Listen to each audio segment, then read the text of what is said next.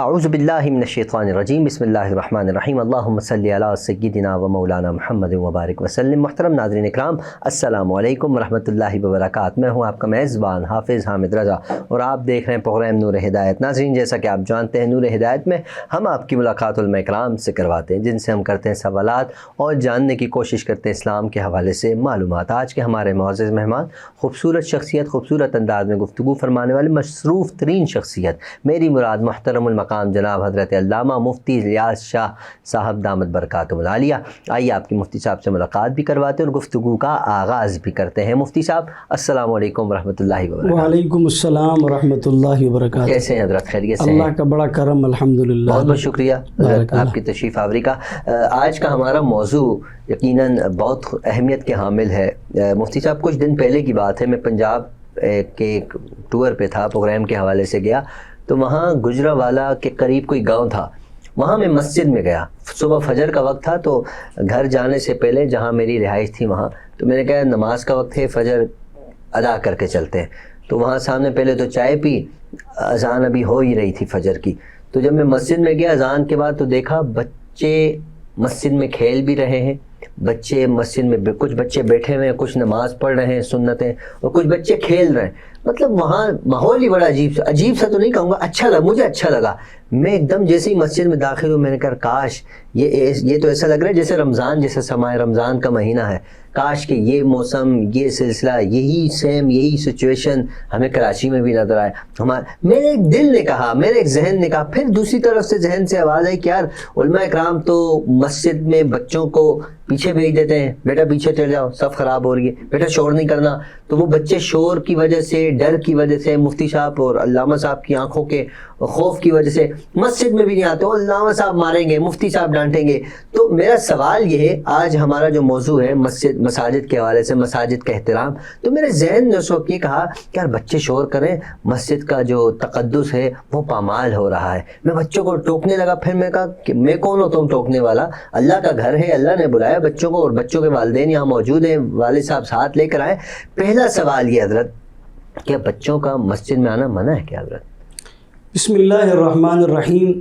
ادب پہلا قرینہ ہے محبت کے قرینوں میں۔ بچوں کا مسجد میں جانا اور مسجد کے ادب و احترام کے حوالے سے بنیادی باتیں یاد رکھنی چاہیے۔ نمبر 1، بادشاہی اور شاہی دربار کے کچھ اصول اور ضابطے ہوتے ہیں۔ جو جگہ جس شان والی، شوکت والی، احترام والی ہو، اس کے اسی طرح ضابطے ہوتے ہیں۔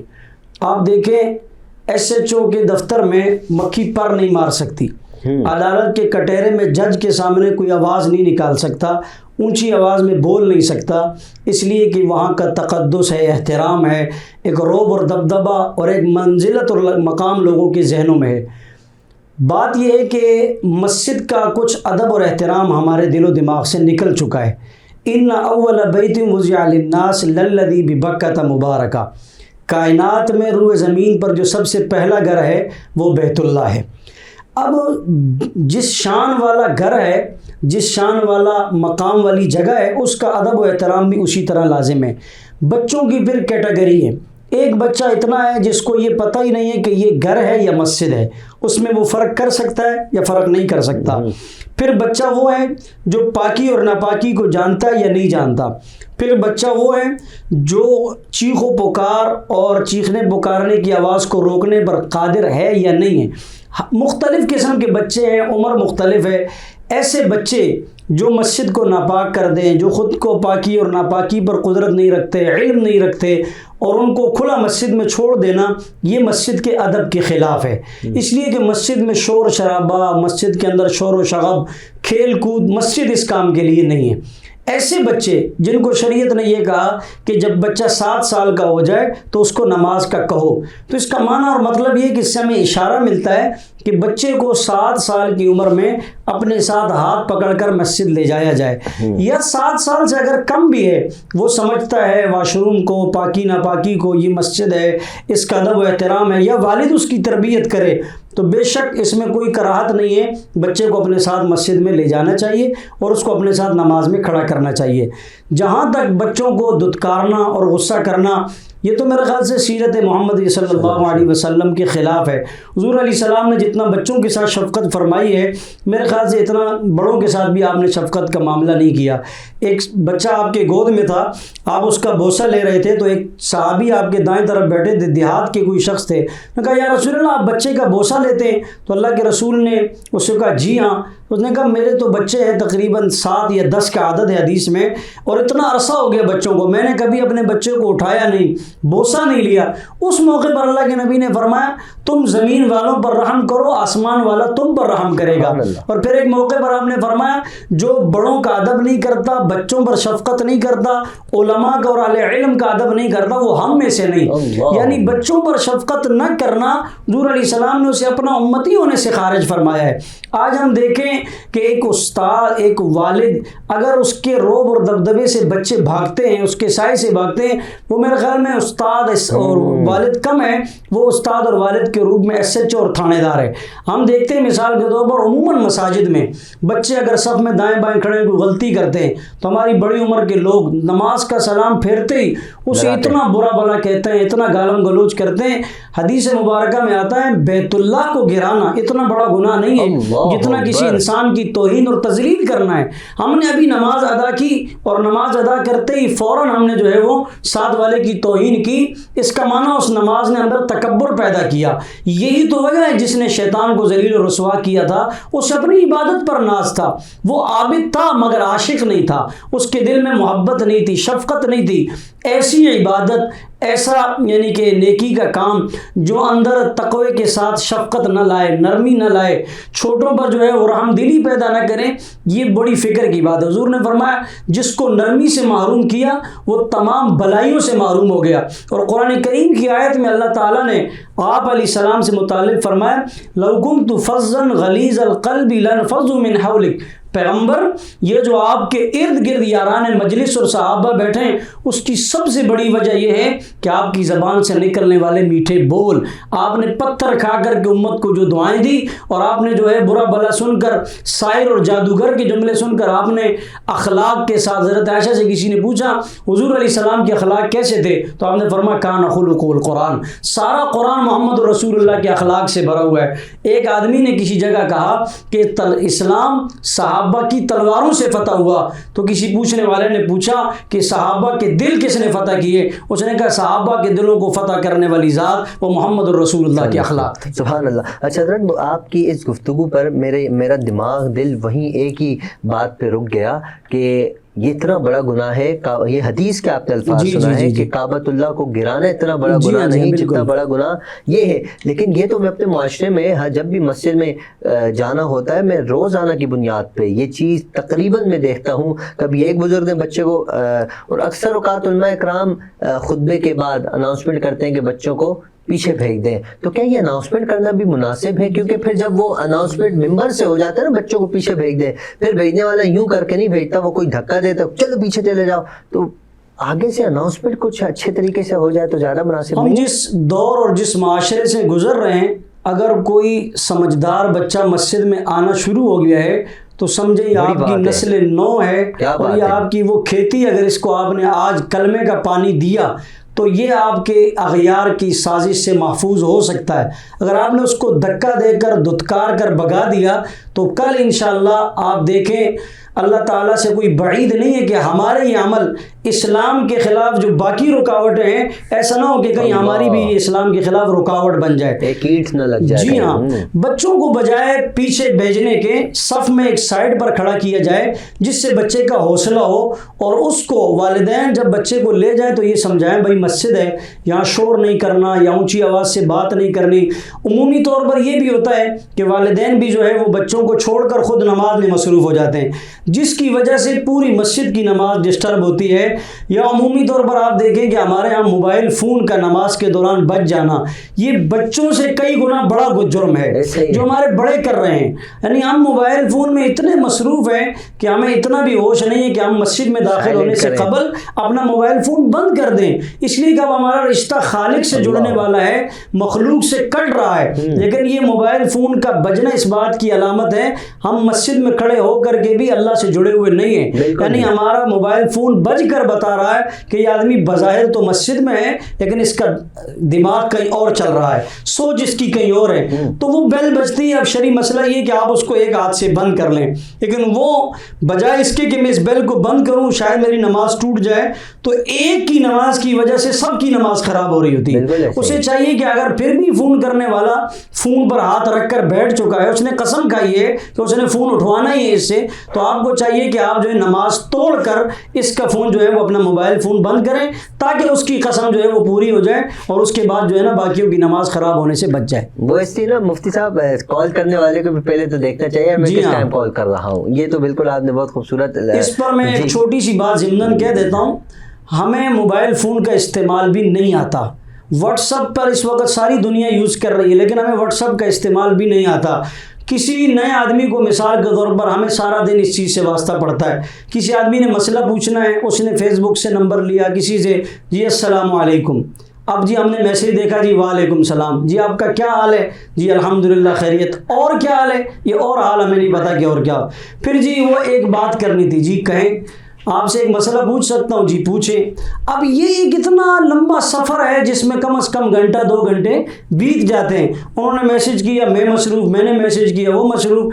آسان طریقہ کار یہ ہوتا ہے کسی نئے آدمی سے رابطہ کرنے کا، یہ السلام علیکم، میں فلاں بات کر رہا ہوں، مجھے یہ مسئلہ درپیش ہے، آپ اس مسئلے میں میری رہنمائی فرما دیں. لیکن ہمارے یہاں پوری ایک کتاب اور ایک مضمون چلتا ہے اور آخر میں نتیجہ 0/0 ہوتا ہے. نتیجہ پھر یہ نہ کرتے 1 مہینے بعد ملاقات ہو گیا، میں نے آپ کو میسج کیا تھا، آپ نے جواب ہی نہیں دیا. اچھا مفتی صاحب کیا خوبصورت انداز ہے آپ کا. ایک سوال اور پیدا ہوتا ہے مفتی صاحب مسجد کے تقدس کے حوالے سے. اکثر آپ نے دیکھا مدارس میں پڑھائی ہوتی ہے اور مساجد میں بھی پڑھائی ہوتی ہے، دوپہر کو صبح کے وقت کلاسز لگتی ہیں.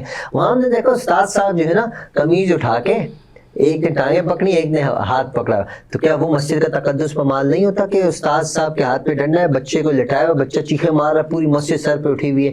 ایسے لوگوں کے بارے میں کیا فرماتے ہیں مفتی صاحب؟ دیکھیں جو کام شرعاً جائز نہیں ہے اس کی کسی بھی طرح حمایت کرنا اچھی بات نہیں ہے. جی ایک بچہ جو نابالغ ہے اس پر اس حد تک تشدد کرنا اس کا تو اختیار فقہی طور پر ماں باپ کو بھی نہیں ہے کہ جس سے نشان پڑے، جس سے تعدیباً آپ اس کو ایک آدھ ڈنڈا ہاتھ پر ماریں، ایک تعدیباً اس کو ڈانٹیں، اس کو جو ہے وہ کسی ایسے طریقے سے وارننگ دیں جس سے وہ بچہ اپنے آپ کو پڑھائی کی طرف متوجہ کرے.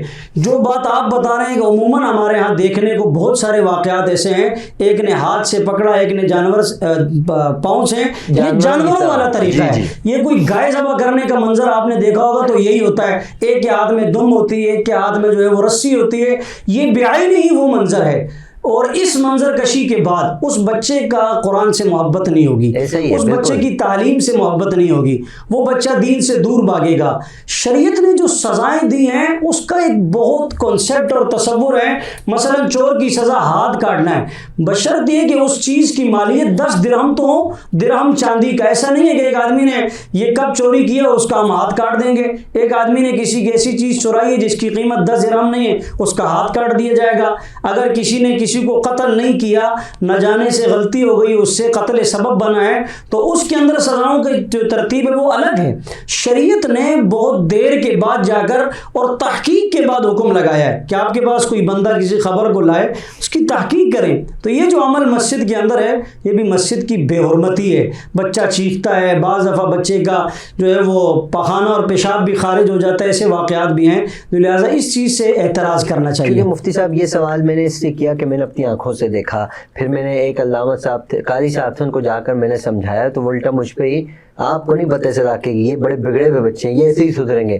میں کہ ایسے اگر سدھرنا ہوتا تو پھر پوری دنیا ہی سدھر جاتی، ہر کوئی ہر جگہ پر لٹا کر مار رہے ہوتے. خیر ان کی اپنی سوچ ہوگی، ہمیں تو اپنی طرف سے کوشش کرنا ہے پیار کا، محبت کا، احترام کا، پیار کا پیغام آگے پہنچائیں. جیسے ہمارے مفتی صاحب مفتی الیاس شاہ صاحب دامت برکاتہم العالیہ پیغام دے رہے ہیں. اچھا مفتی صاحب یہ تو ہو گئی مساجد کی بات، اب ہم آتے ہیں مدارس کی طرف. مدارس میں بھی پڑھائی کا سلسلہ ہوتا ہے، تو کیا جو تقدس مسجد کا ہے وہ اللہ کا گھر گھر کہلاتا ہے. تو کیا مدارس کا بھی وہی تقدس ہے یا کچھ فرق ہے, ڈفرینس کیا ہے اس میں حضرت؟ دیکھیں شرعی اعتبار سے جو مسجد کی زمین کا حکم ہے مدرسے کی زمین کا وہ حکم نہیں, دونوں چیزوں کا حکم الگ الگ ہے. ٹھیک ہے, لیکن فی نفسی اگر دیکھا جائے مدرسہ جو روئے زمین پر جگہ ہے, آج ہم اصحاب صفہ کے چبوترے کا نام لیتے ہوئے اپنے آپ کو فخر محسوس کرتے ہیں اور ایمان تازہ ہوتا ہے, اس لیے کہ وہ جگہ اللہ کے نام سے منسوب ہو گئی. اس لیے کہ جو آدمی اللہ کا کلام پڑھ رہا ہے وہ معزز, وہ جگہ بھی معزز ہو جاتی ہے. اس لیے کہ علماء نے لکھا ہے جس جگہ پر نیک اعمال کیے جائیں وہ جگہ کل قیامت کو اللہ کے حضور پیش ہو کر گواہی دے گی کہ ان جگہوں پر اللہ کا نام لیا گیا, ان مجالس میں اللہ کے تذکرے کیے گئے, قرآن پڑھا گیا. تو مدرسے کا بھی تقدس بعین ہی مسجد کی طرح ہے, لیکن احکامات میں فرق ہے. کچھ مدرسے کی زمین کا حکم الگ ہے, مسجد کی زمین کا حکم شرعی اعتبار سے الگ ہے, لیکن ادب بہرحال دونوں کا اپنی جگہ پر ملحوظ خاطر ہے. اس لیے کہ دونوں کو نسبت قرآن سے ہے, دونوں کو نسبت احادیث سے ہے, اور یہ وہ جگہ ہیں جو روح زمین پر سب سے معزز, اشرف اور اعلیٰ جگہ ہیں. ان سے بڑھ کر کائنات میں معزز جگہ کوئی نہیں, مسجد اور مدرسہ. اس لیے کہ اللہ کے نبی نے فرمایا خیرکم من تعلم القرآن وعلمہ, بہترین لوگ وہ ہیں جو قرآن پڑھیں اور پڑھائیں. وہ جگہ بھی بہترین ہے اس حدیث کی روح سے جہاں قرآن پڑھا جائے اور پڑھایا جائے. ٹھیک ہے مفتی صاحب, آخری سوال, یہ بھی بہت اہمیت کے حامل سوال ہے کہ ہم نے ظاہر شریعت میں لیڈیز کی آواز میں پردہ ہے, کسی غیر محرم تک آواز نہیں جانی چاہیے. تو کیا وہ آواز بھلے قرآن کی بھی ہو آواز نہ جانی چاہیے؟ کیونکہ ہم نے مدارس میں دیکھا ہے اوپر والا پورشن لیڈیز کا, نیچے والا پورشن جینٹس کا, بچیوں کا, بچوں کا. تو بچیاں جو ہوتی ہیں وہ بھی اچھی خاصی بڑی جوان بچیاں پڑھنے والی ہیں, پھر ٹیچرز ان کی پڑھانے والی, ان کی شور کی آواز, ان کے پڑھنے کی آواز, وہ آوازیں آپس میں ملاب ہوتی ہیں. تو کیا شریعت اس میں منع کرتا ہے؟ جتنا شریعت نے مرد کو دین کا پابند کیا ہے اتنا ہی عورت کو بھی دین کا پابند کیا ہے. اور بلکہ علماء نے لکھا ہے کہ ایک مرد نے اگر شریعت کا علم حاصل کیا تو اس کا معنی ایک فرد نے حاصل کیا, اور ایک عورت نے اگر علم دین حاصل کیا تو اس کا معنی یہ ہے کہ خاندان نے علم دین حاصل کیا. عورت گھر کی معمار ہے. ہم دیکھتے ہیں حدیث کا بہت بڑا ذخیرہ حضرت عائشہ رضی اللہ تعالی عنہا سے مروی ہے. پھر جو آپ کا سوال ہے کہ مرد کا پڑھانا اور عورت کا سننا, یا عورت کا پڑھانا اور مردوں کو اس کی آواز کا آنا, دونوں باتیں یاد رکھیں. کتب احادیث میں اور خود قرآن کریم میں سورۃ الممتحنہ کے آخر میں اللہ کے رسول صلی اللہ علیہ وسلم کا عمل اللہ تعالیٰ نے نقل کیا کہ حضور علیہ السلام مردوں کو بھی بیعت فرماتے اور خواتین کو بھی بیعت فرماتے. آپ مردوں کو بھی خطاب کرتے, اسی طرح عورتوں سے بھی آپ مخاطب ہوتے, لیکن اس میں قرآن کریم نے ایک خاص طریقہ کار بتایا ہے کہ گفتگو میں اتنی نرمی نہ ہو جس سے عورت کے دل میں طمع پیدا ہو, جس سے کسی غلط مقصد کی طرف جانے کے لیے داعیہ پیدا ہو. لہجے میں سختی ہو, لہجے کے اندر ترش پن ہو, جس سے پتہ چلے کہ محض یہ مسئلے کی حد تک ہے. ہم دیکھتے ہیں حدیث کے بہت بڑے ذخیرے میں جب صحابہ کرام حضور علیہ السلام کے دنیا سے جانے کے بعد کسی مسئلے میں اختلاف کے طور پر شکار ہوتے تو حضرات صحابہ کرام حضرت امی عائشہ رضی اللہ تعالی عنہا سے وہ مسئلہ دریافت کرتے, اور آپ پردے میں حضرات صحابہ کرام کو بتا دیتی کہ میں نے حضور علیہ السلام سے مسئلہ ایسے سنا. اور کتب احادیث میں بہت سارے مسائل ایسے ہیں کہ جن پر اس مختصر وقت میں گفتگو کرنا ممکن نہیں. صحابہ کا اجماع اور اجماعی فتویٰ اس کے بعد نقل ہوا جب حضرت عائشہ نے مسئلہ امت کو بتایا. تو اس سے یہ بات پتہ چلتی ہے کہ کسی عالم کا ایسی جگہ درس دینا جو خواتین سنتی ہیں, اس کے اندر طریقہ کار یہ ہو کہ گفتگو کا انداز ترش والا ہو, کہ جس میں کوئی طمع, کوئی بات میں اتنی نرمی کہ مرد کی طرف سے عورت کے پاس یا عورت کی طرف سے مرد کے لیے کوئی دلی میلان پیدا ہو جس سے فساد کا خدشہ ہو.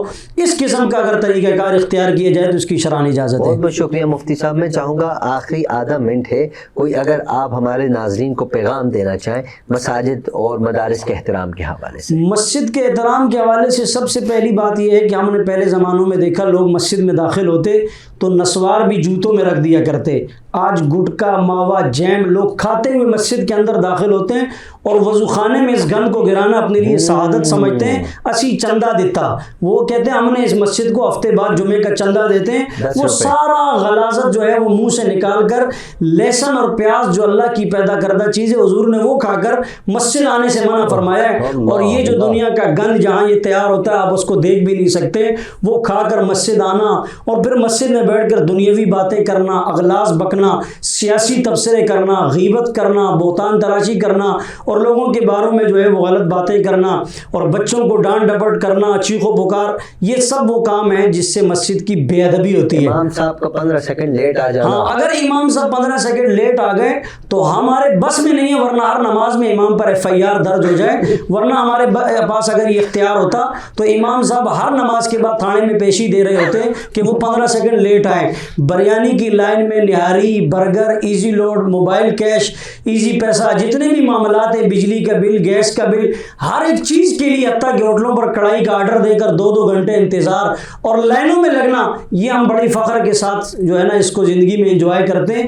اگر امام 1 منٹ لیٹ ہو گیا تو اس امام کی وہ ہم ایسی کی تیسی پھیر کر رکھتے ہیں جو ساری زندگی نمازیں پڑھی ہیں. اور سب سے پہلے وہ آدمی زبان استعمال کرتا ہے جو غلطی سے مہینے میں ایک دفعہ مسجد میں آ گیا یا سال میں کہیں وہ مسجد میں آ گیا. تو میں اس لیے کہتا ہوں کہ اس کے پاس اختیار نہیں ہے, ورنہ ہر نماز میں امام پر FIR درج ہو. میں یہاں ایک بات عرض کر دوں, حدیث میں آتا ہے کہ جو لوگ نماز کا انتظار کرتے ہیں وہ نماز کے اندر شامل ہیں, وہ وقت نماز میں گزرتا ہے.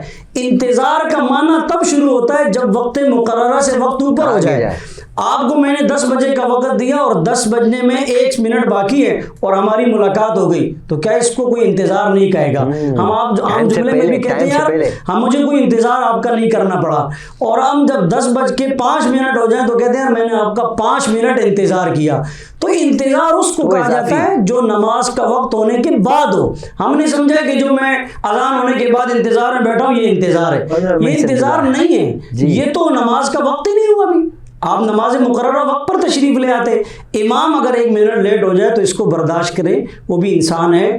میں ایک موقع پر ایک ساتھی کو عرض کرنے لگا کہ اگر کسی مقتدی کو پیٹ کی کوئی حاجت ہو اور وہ واش روم میں ہو تو وہ اپنا وقت جتنی دیر بھی صرف کرے اس لیے کہ وہ حاجت میں مصروف ہے. اگر امام مسجد کا جو ہے وہ واش روم میں ہے اور اس کو تقاضے کی حاجت ہے, کوئی تکلیف ہے, کوئی اذیت ہے اور جماعت کا وقت پورا ہو گیا ہے, تو آپ بتائیں امام پر کیا بیت رہی ہوگی؟ واش روم میں بھی دھیان ہوگا اور مسجد کے مصلے پر بھی دھیان ہوگا.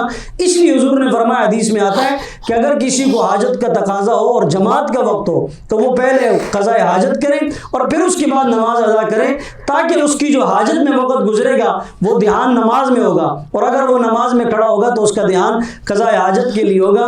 اللہ تعالیٰ ہمیں یہ باتیں سمجھنے کی توفیق عطا فرمائے. ماشاءاللہ مفتی صاحب بہت خوبصورت انداز میں آپ نے گفتگو فرمائی, اور یہ زندگی کا حصہ ہے. گفتگو کے دوران انسان تھوڑا مسکراتا بھی ہے, ہنستا بھی ہے, اور ظاہر سی بات ہے جو باتیں مفتی صاحب نے کہی ہیں اس میں ہنسنا تو بنتا ہے, کیونکہ ہمارے ہاں لوگوں کو صبر نہیں ہے. ہمارے لوگ نا امام صاحب پر نظر ہوتی ہے کہ امام صاحب کہاں چلے گئے, اور سامنے سوئی پر نظر ہوتی ہے کہ کتنے سیکنڈ لیٹ ہو گئے. 1 سیکنڈ لیٹ ہو جانا اپنی توہین سمجھتے ہیں.